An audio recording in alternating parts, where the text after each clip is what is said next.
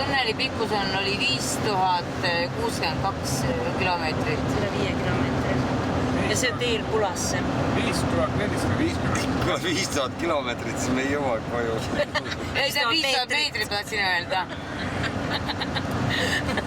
Vaata kui tunneli pidi koju sõita. See jääks küll hulluks. Ja hästi ruttu läheks midagi. Jah. Ja peale Pulad jõuamegi Sloveeniasse. Pulas oli see amfiteater.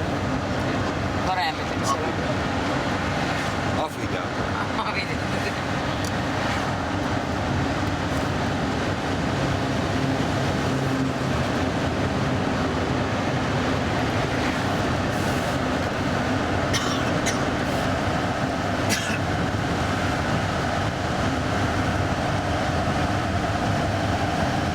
Kus see tossid välja on? Ventilaator on iga pool. Jah.